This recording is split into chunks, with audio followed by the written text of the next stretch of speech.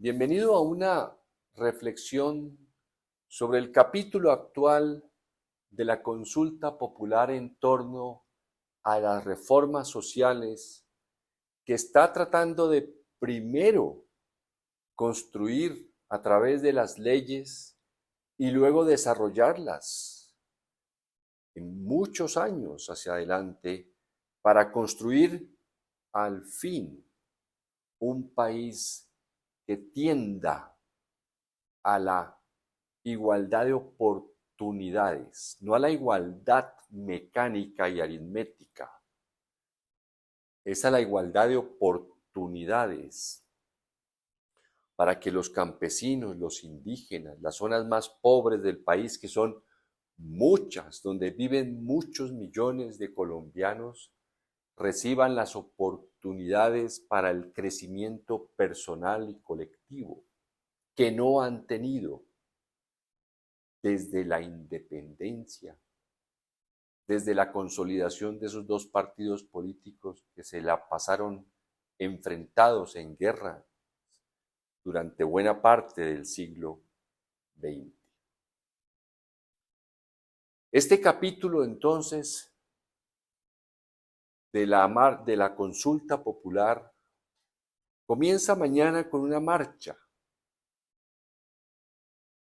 que el presidente ha invitado para que las personas nos manifestemos a favor de esas reformas sociales y que los congresistas que una vez más nos han demostrado para quién trabajan, no para quienes los eligieron, sino para quienes se han aprovechado y han comprado con su dinero los votos en el Congreso para hacer las leyes que les benefician a sus cada vez más ambiciosos intereses. La marcha entonces tiene ese objetivo. Por supuesto que hoy los medios de comunicación que hacen parte de la oposición están hablando de dos grandes temas que los aqueja.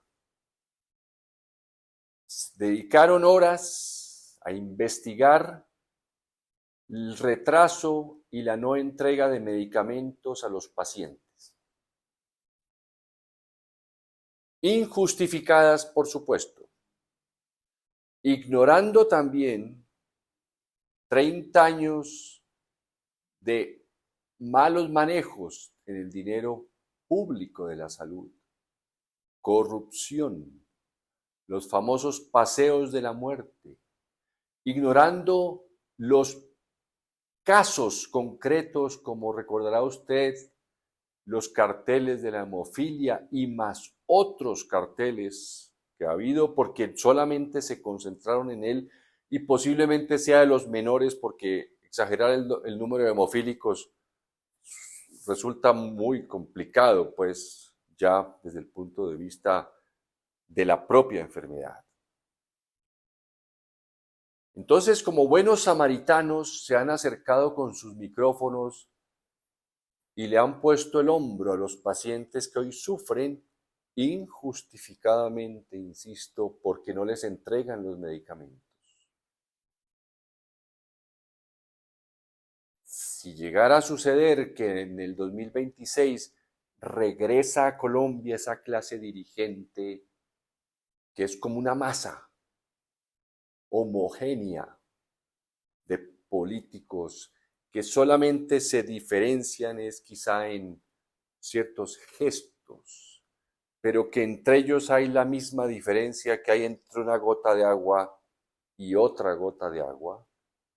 Estos mismos medios de comunicación se olvidarán de estos pacientes, de sus demoras, de sus prótesis que no llegaron, de sus medicamentos, ya los ignorarán porque estarán al servicio de recuperar la Colombia que tanto les ha servido a ellos, de recuperar la democracia de las élites por las élites y para las élites.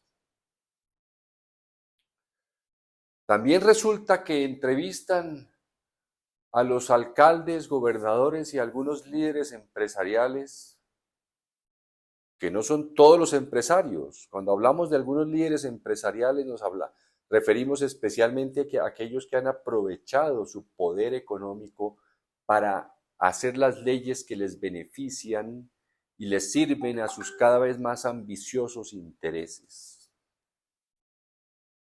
Esos líderes, más los alcaldes, más los gobernadores, dicen que para ellos es imposible el día cívico dar el permiso para marchar, para que marchemos a favor de las reformas sociales que se deben construir, como digo, a partir de ahora por muchos años.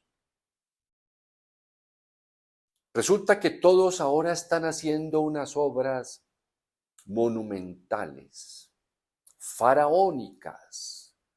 Al fin comenzaron a hacer obras impecables.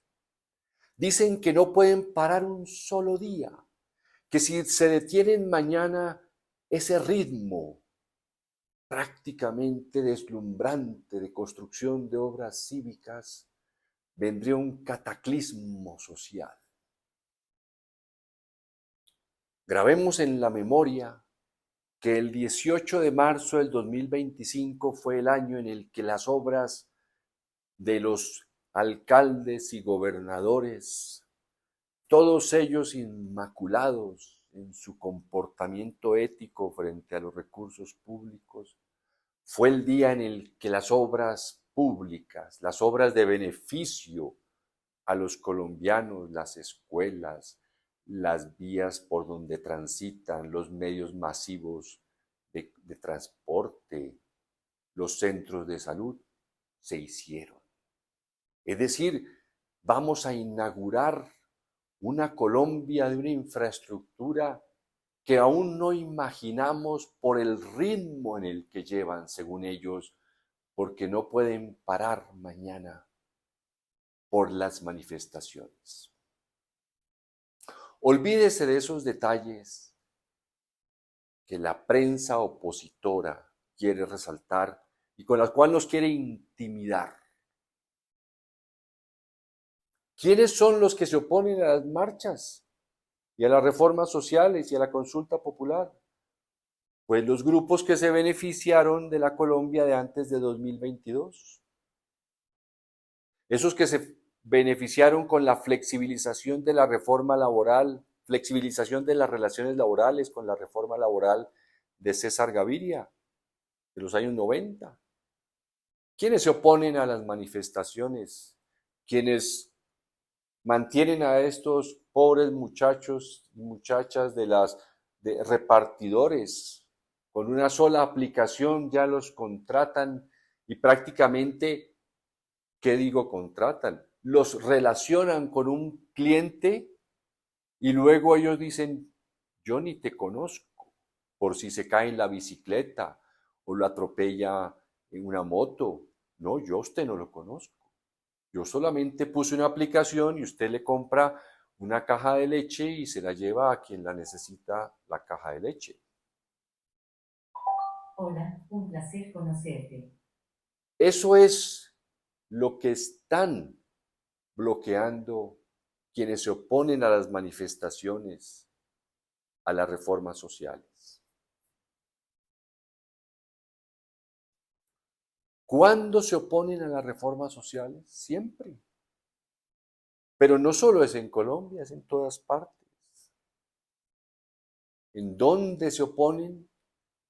En todo lugar en donde haya unas élites que no quieren los beneficios a los trabajadores, a los jóvenes que no tienen recursos, a los campesinos. ¿Cómo se oponen usualmente? Cuando están en el poder, llegan hasta las armas. Fíjese usted lo que pasaba en los países del sur con esas dictaduras militares, lo que pasó en Colombia con el estado de sitio, con los movimientos del centro democrático, de pacificar a Colombia, llegando al extremo de los falsos positivos. Todo eso es contra los líderes sociales que quieren reformas sociales. Y nos amenazan con el miedo siempre de la casi diosa economía. Economía. Es decir, hay que privilegiar la salud de la economía antes que la salud de los colombianos. Hay que privilegiar el trabajo como sea, sin empleo, sin derechos, sin beneficios, con tal de que se proteja la economía. La economía. ¿Dónde está la economía? Dígame. ¿Qué le duele a la economía? ¿Le duele igual que a un niño en este momento campesino que no pudo ir a la escuela porque no hubo caminos ahora que estamos en estas lluvias? ¿O porque su mamá no pudo ser atendida en un centro de salud que está caído? La economía nos amenazan con que sufre, todos los días nos amenazan. Por una cosa o por otra, todos resultamos culpables de que la economía, esa masa abstracta, no sea sana, no sea saludable. Bien, hay una economía, claro, como su bolsillo. Su bolsillo no está saludable si gasta más de lo que recibe. Entonces, por eso nos hablan de las crisis fiscales, de la crisis de la deuda, la crisis de la devaluación, la inflación, etcétera, etcétera. Como la presión arterial, la temperatura, todo eso de la salud de la economía. Pero es que la economía tiene un motor, un movimiento, que son las personas. Cuando tienen unos beneficios laborales, cuando tienen unos horarios justos de trabajo, cuando pueden movilizarse al trabajo de manera no traumática, no solo en lo físico, sino en lo emocional. Cuando los niños se educan en sus pueblos y asisten a tecnológicos o universidades cercanas para aprender los oficios propios de esa región. Y así es como se mueve la economía. La economía se mueve cuando las personas son atendidas rápidamente y las EPS hubieran hecho su trabajo de EPS, empresa promotora de salud. Más personas sin discapacidad asociadas a la demora en las cirugías, como todos lo conocimos durante 30 años. No nos dejemos desviar. Las reformas sociales nunca han sido promovidas, ni impulsadas, ni defendidas por los políticos asociados de una manera estrecha con los grandes grupos económicos. Todos los países pasa. Y el nuestro es patético porque la desigualdad, producto de esa alianza político-grupo económico, pues ha creado una desigualdad mayor. Que sea la primera, la segunda de Latinoamérica o del mundo, eso es irrelevante. Lo cierto es que cada vez hay más desigualdad. Y esas reformas sociales son las que necesita Colombia, son por las cuales protestaron los jóvenes hace unos años, los famosos estallidos sociales. Se necesitan primero las leyes, por supuesto, y luego construir sociedades más justas. Para eso es que vamos a marchar mañana a apoyar unas reformas que deben primero ser leyes para luego construir un país justo, más justo, tendiente a la justicia. Muchas gracias.